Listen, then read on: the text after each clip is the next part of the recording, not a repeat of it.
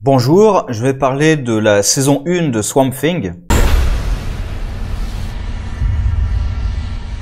Alors, j'ai eu des difficultés à faire des vidéos pour chaque épisode de Swamp Thing pendant les vacances, notamment à cause des problèmes de matériel, de ventilateurs qu'on lâchait, de chaleur, etc. Et j'en ai eu un peu marre en fait d'enregistrer 4 fois la même vidéo sur les épisodes de 3 et 4 de mémoire. Donc j'ai un peu abandonné, mais du coup voilà, après cet été là, on reprend, ça va bientôt être la rentrée de toutes les séries, il y a Titans qui a repris, donc je vais faire quand même un avis global de Swamp Thing. J'ai regardé vite fait en accéléré les épisodes pour un peu me les remettre en tête, mais globalement mon ressenti, c'est que j'ai été extrêmement déçu par cette série, puisque les premiers épisodes m'avaient vraiment donné envie, j'y croyais. Après, de toute façon, il y a eu la gestion de la communication de Warner qui a été une catastrophe. Mais bref.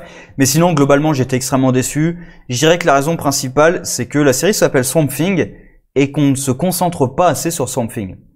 À chaque fois que j'ai eu l'impression qu'on allait se concentrer sur Swamp Thing, on est passé à autre chose. Par exemple, il y a l'épisode où le Phantom Stranger vient discuter avec lui et ensuite, il le revoit plus jamais de la série. Par contre, le Phantom Stranger, il se concentre sur Blue Devil, qui ne sert à rien dans cette saison 1. Il a une séquence où il va sauver les filles, là, mais sinon, il sert à rien. Donc, ça aussi, ce qu'on se concentre sur Abby, mais il y a aussi Blue Devil qui prend du temps, et qui sert pas à grand chose, en fait, dans cette saison 1. Il aurait peut-être mieux valu le garder pour la suite, quoi. Même s'il y aura jamais de suite, mais ça, ils le savaient pas quand ils ont écrit leur script.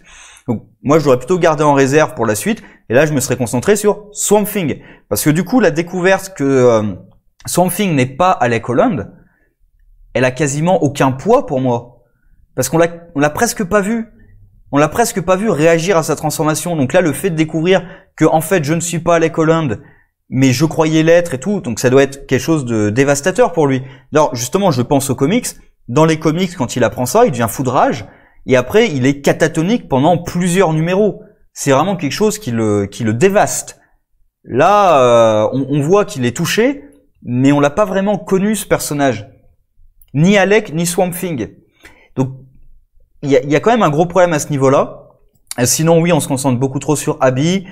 La série était assez inégale avec il y a eu un épisode Freak of the Week, hein, je crois que c'était l'épisode 3, avec la maladie, ou l'épisode 4, peu importe, la maladie qui contamine le type, là, qui se fait mordre.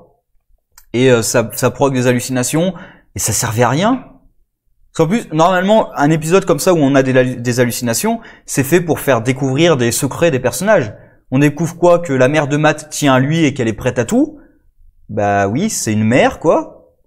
Et que Abby a un lourd secret dans son passé, mais on sait pas quoi. Qu'elle est menacée par quelque chose, mais on sait pas quoi. Ouais, donc ça sert à rien, en fait. Et à la fin, Swamp Thing débarque, il règle le problème en 10 secondes. D'ailleurs, c'est aussi un petit peu un truc de la série, c'est que Swamp Thing débarque, il règle le problème en 10 secondes. L'épisode d'après, c'était avec le fantôme. Alors là, c'était un peu mieux préparé, vu que justement, c'était préparé en amont, le fantôme de la fille de Maria. Et d'ailleurs, ça reste encore à la fin de la saison, donc ça au moins, c'est quelque chose qui avait été préparé. Là aussi, j'avais un problème dans cet épisode, c'était Abby qui refuse de croire que ce soit un fantôme. Pourquoi pas? Mais en plus de refuser ça, alors qu'elle a vu pour elle, ce qu'elle a vu, c'est une hallucination dans la chambre de la gamine. Parce qu'elle pense que ce que lui dit la gamine, c'est la mère qui lui a dit. Pourquoi pas? C'est une conclusion un peu rapide, mais pourquoi pas? Par contre, l'hallucination que t'as dans la chambre. Alors qu'en plus, il aurait pu y avoir une explication. Elle aurait pu dire, en tant que scientifique, que c'était peut-être les restes de la maladie qu'il avait infectée dans l'épisode d'avant. Mais non, pour elle, mais non, ça peut pas être vrai, c'est forcément Maria qui a manipulé la gamine et tout. Sérieusement? En plus, c'est pas parce que t'es scientifique que tu refuses de voir l'évidence face à toi, quoi. Quand t'es confronté à un fantôme comme ça, directement face à toi, soit tu pars du principe que c'est une hallucination, mais du coup tu te poses des questions sur ta santé mentale quand même, ou sur ta santé physique, hein, c'est peut-être encore le virus précédent. Mais là, voilà, le fait qu'elle refuse de croire, et Swamp Thing, tu l'as vu, donc tu sais qu'il se passe des choses pas tout à fait normales. Je trouve ça un peu débile, c'est le côté c'est une scientifique, donc elle refuse de croire au truc. Bon, voilà. Et le problème du fantôme est réglé en 3 secondes par Swamp Thing. Hors champ même. Il débarque, le problème est réglé. Voilà. C'est un peu con. Et comme je dis, à chaque fois que je pensais qu'on allait développer un peu plus Swamp Thing. Et non, en fait, à chaque fois, non. Pareil, Swamp Thing a une discussion avec Abby où il retrouve sa forme humaine. Et au final, il lui parle un petit peu du Rot comme une menace et tout, mais on apprend quasiment rien dessus. Et les personnages, je trouve pas que entre le début et la fin de l'épisode, ils étaient plus développés en fait. Je voyais rien de plus développé sur les personnages.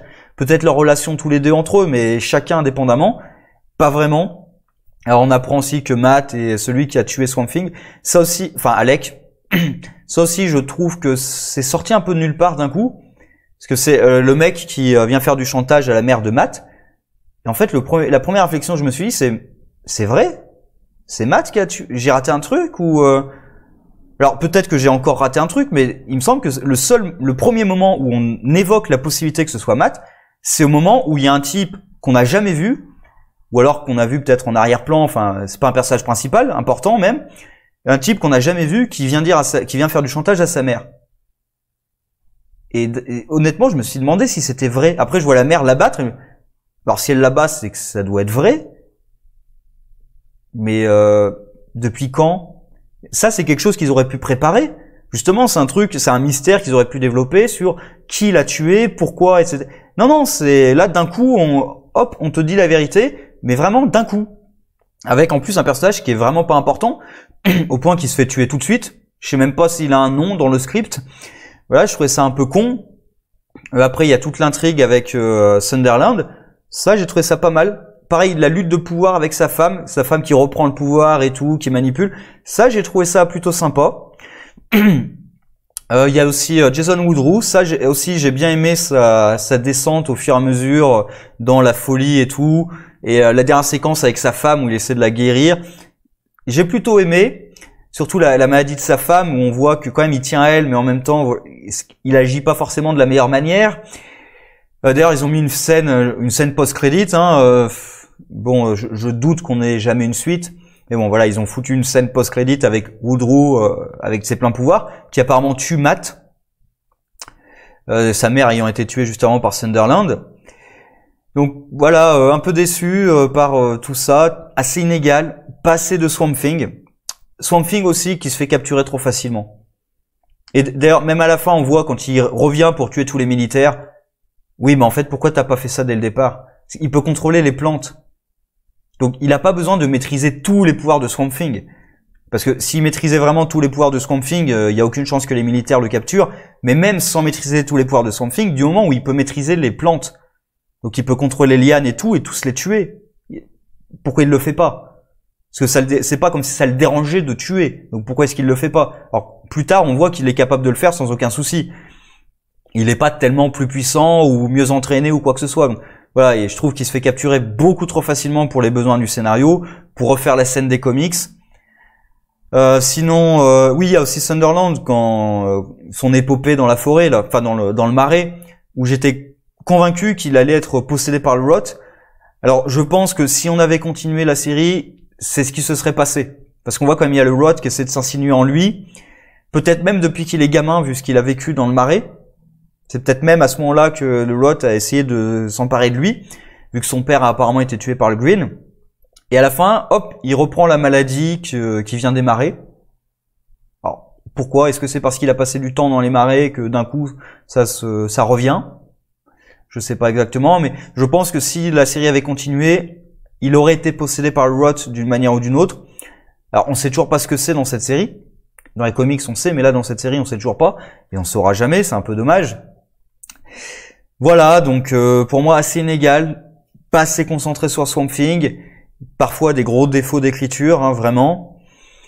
Donc, un peu dommage, parce que les premiers épisodes me donnaient vraiment envie. J'y croyais beaucoup. En plus, c'est une série que j'attendais énormément, Swamp Thing. C'est un peu tombé à plat déjà parce que les annonces de Warner ont fusillé le truc dans sa lancée. De toute manière, je pense qu'il y a plein de gens qui se sont dit de toute façon, je vais pas regarder parce qu'il y aura pas de fin. Et finalement, ben ça valait pas forcément le coup d'être vu jusqu'au bout. Bref, très déçu. Sur ce, au revoir.